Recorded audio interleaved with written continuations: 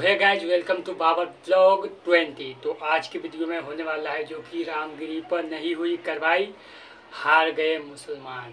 तो फाइनली दोस्तों, मैं इसी टाइटल के बारे में जो कि ये वीडियो आपके लिए बहुत ख़ास है, जो कि ये वीडियो ज़रूर देखें और इस पर विरोध करें, क्योंकि ये वीडियो देखकर आपका डिमोटिवेट होने वाला नहीं, मोटिवेट वीडियो है, जो कि ये वीडियो देखकर आपको मोटिवेट मिलेगा। तो फाइनली दोस्तों, मैं आज आ चुका हूँ एक वीडियो लेकर, जो कि रामगिरी पर हुई कार्रवाई नहीं। तो फाइनली दोस्तों, हार गए मुसलमान, तो ये टाइटल मेरा है। तो फाइनली दोस्तों, इस पे ज़रूर कुछ कार्रवाई करवाए, क्योंकि आप ही लोग सपोर्ट करिएगा, मेरा वीडियो की आगे जाएगा, तभी आप लोग कुछ कर पाइएगा। तो फाइनली दोस्तों, मैं तो बाबर 20 को सब्सक्राइब करना ना भूलें, क्योंकि आने वाला वीडियो फिर बहुत खतरनाक। नमस्कार दोस्तों, मैं विनय दुबे मुंबई से। आखिर कब तक इस देश का भारतीय मुसलमान अपने ऊपर हो रहे अत्याचारों के न्याय पाने के लिए, अपनी बच्चियों के खींचे हुए हिजाब को बचाने के लिए, अपने लोगों को दूसरे कारण बता के, गलत कारण बताकर मॉब लिंचिंग में हत्या करने के बाद, अपने घरों पर चलते हुए बुलडोजर देखने के बाद, आखिर कब तक इस देश का मुसलमान किसी राजनीतिक दल के नेता के चौखट पर जाकर अपना माथा रगड़ेगा और भीख मांगता दिखाई देगा? ये सवाल आपको चुप जरूर रहे होंगे, लेकिन ये वास्तविकता है, इस देश की वो हकीकत है जिस पर कोई बात नहीं करना चाहता। आज मैं सवाल पूछना चाहता हूं मेरे भारत के उन मुसलमान भाइयों से, क्या आपका ज़मीर, आपका आत्मसम्मान आपको चीख चीख कर नहीं पुकारता? क्या आप वही हैं जिसके वंशजों ने पूरे विश्व के अंदर कितने ही देशों पर, कितने ही सदियों तक, 200 साल, 500 साल, 800 साल तक राज किया, जिनकी तलवारें जब उठती थी तो पूरे विश्व के अंदर एक सन्नाटा छा जाता था? आज उन्हीं के वंशजों को मैं देखता हूं एकदम दयनीय में, हाथ में कटोरा लेकर अपने ऊपर दया की नेताओं के सामने भीख मांगते हुए। कहाँ गया वो इंसान जो मर्द मुजाहिद कहा जाता था? कहाँ गए वो मुसलमान जो किसी वक्त में अपने साम्राज्य के लिए, अपने ताकत के लिए, अपने हिम्मत के लिए जाने जाते थे? आज भारत का मुसलमान दर दर की ठोकरें खा रहा है। अपने सामने अपनी बेटियों के हिजाब खींचे जाने पर भी उन नेताओं के सामने गिड़गिड़ा रहा है जिसको उसने बनाया है। आखिर ऐसी क्या मजबूरी है हमारे देश के मुसलमानों की, जो आज किसी न किसी राजनीतिक दल, किसी न किसी चेहरे के जो पैर है उसके तलवे चाटते हुए दिखाई देता है? माफ़ करिएगा मेरे शब्दों के लिए, लेकिन यह हकीकत है। मैं उन तमाम भारतीय मुसलमानों से पूछना चाहता हूं कि वो नेता जिनका आप दरी बिछाते हैं, जिनके लिए कुर्सियां लगाते हैं, जिसको आपने अपना माई बाप, अपना वालिद, अपना रहनुमा बना के रखा है, ये उस समय कहाँ चले जाते हैं जब आपके घरों पर बुलडोज़र चला दिया जाता है? उस समय ये कहाँ चले जाते हैं जब आपके कौम के एक लड़के को झूठे मामले में पेड़ से बांध कर सैकड़ों की भीड़ मॉब लिंचिंग कर देती है?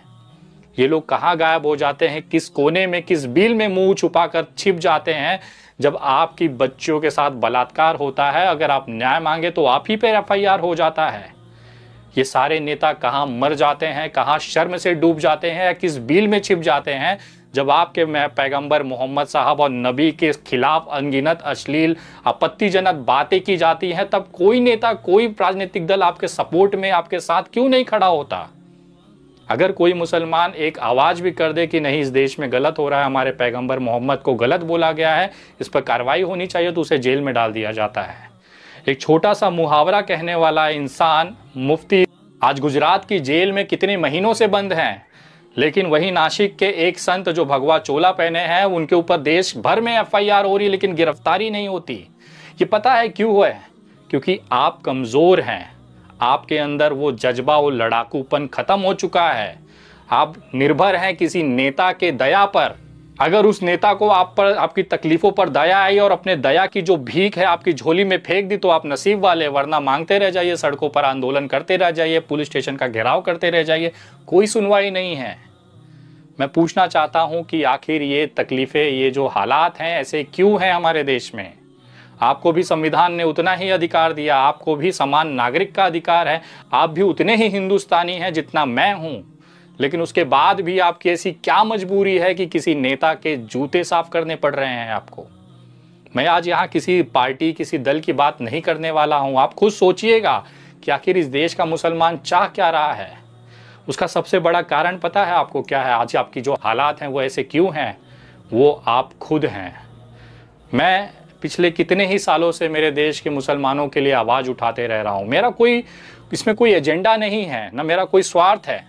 मैं सिर्फ अपने भारत के उस नागरिकों को वो विश्वास दिलाना चाहता हूँ कि आप अकेले नहीं हैं। मैं हमेशा से आपका हाथ पकड़कर खड़ा रहा, डटकर मुकाबला किया, जेल गया, एफआईआर हुई, बहुत सारे बार हमले हुए, गोलियां चली, उसके बावजूद भी मेरा विश्वास नहीं डगमगाया। लेकिन आपका विश्वास छोटा सा एक नेता डगमगा के चला जाता है। आखिर क्यों? आप खुद वो सक्षम लोग हैं जो आपस में अपना रहनुमा बना सकते हैं, लेकिन जैसे ही आपके बीच में से कोई नेता बनकर आपकी आवाज़ उठाने लगेगा, आप सब मिलकर उसका पैर खींच लेंगे। आपको पता है आज देश के अंदर जो विपक्ष है वो आपके साथ क्यों नहीं खड़ा होता? क्योंकि उसे पता है कि ये कहाँ जाएगा। ये हमारे अलावा इसका कोई माई बाप नहीं है। अगर हम भी हाथ नहीं देंगे तो इसका कोई आगा पीछा नहीं है। आज ये कॉन्फिडेंस विपक्षी दलों को क्यों है? सिर्फ आपकी वजह से, क्योंकि आप लोगों ने उनके अंदर ये विश्वास दिलाया है कि तुम ही माँ हो, तुम ही बाप हो, तुम्हारी हमारे खुदा हो, तुम ही हमारे भगवान हो, जो हो, तुम अगर हमारे सुरक्षा करोगे तो हम तुम्हारे संरक्षण में जिंदा रहेंगे, वरना हमारा कोई नहीं है। क्या कभी विपक्षी दलों से आपने कॉलर पकड़कर पूछने की हिम्मत की है कि मेरे घर पे बुलडोजर चल रहा है, तू क्या कर रहा है? कभी आपने किसी भी नेता विपक्षी दलों को जिसको आप वोट देते हैं उसका कॉलर पकड़कर पूछा है कि मेरी बेटी का हिजाब खींचा जा रहा है, बता तू क्या कर रहा है? जब सवाल पूछना आता है तो आपके जीभ पर, आपके मुंह पर ताले लग जाते हैं। पता है क्यों है ये सब? ये हालात क्यों पैदा हो रहे हैं? क्योंकि कोई भी मुसलमान किसी दूसरे मुसलमान को ताकतवर या फिर आगे बढ़ते देखना ही नहीं चाहता है। शायद यही कारण है कि 70 साल बाद भी आज आपका एक रहनुमा नहीं है। गिन चुनकर ओवैसी और बाकी ऐसे लोग उठते हैं, लेकिन उसको भी भाजपा की बी टीम बता दिया जाता है। अगर मैं देश के 14% मुसलमानों से, यानी कि 25 करोड़ आबादी से अगर पूछूं कि ओवैसी और एमआईएम को भाजपा की बी टीम का तबका किसने दिया है, तो शायद ही कोई मुसलमान बता पाएगा। गूगल कर लीजिएगा। भारतीय जनता पार्टी की बी टीम एमआईएम और ओवैसी है।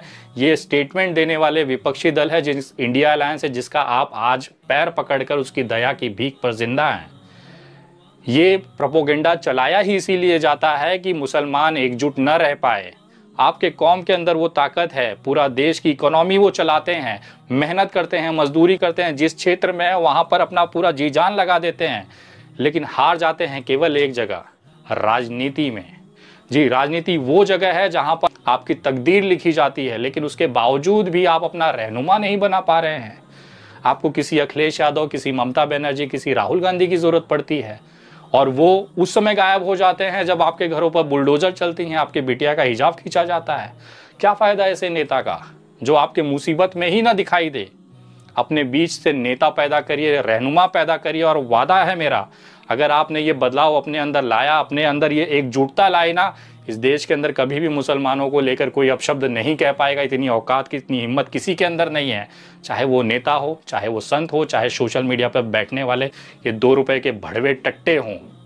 किसी की इतनी औकात नहीं होगी कि आपके नबी, आपके मोहम्मद के खिलाफ एक शब्द भी बोल पाए।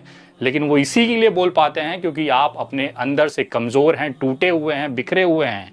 एक दूसरे का हाथ पकड़िए, मजबूती से, लीगल तरीके से, संविधान के दायरे में रहकर अपने आप को मजबूत करिए।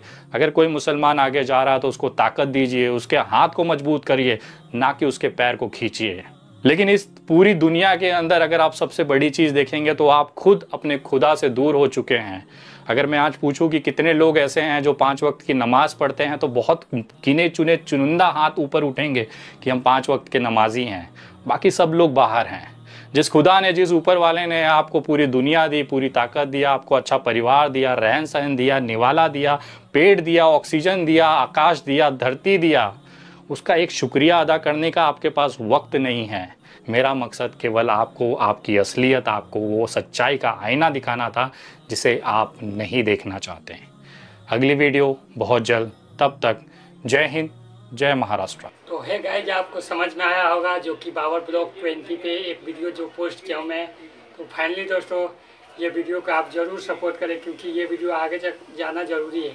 तो फाइनली दोस्तों, लाइक सब्सक्राइब जरूर करें, बेल आइकन को दबाना ना भूलें क्योंकि बेल आइकन दबाओगे तभी आपके पास वीडियो पहुंचेगा। तो आज मैं इसी रामगिरी के बात में मैं बोलना चाहता था कि ये इसके लिए मुसलमान हार गया। तो फाइनली दोस्तों आप ज़रूर बाबर ब्लॉग 20 को सब्सक्राइब करें, क्योंकि ये भी चैनल से आपको नए नए खबर मिलेगा। तो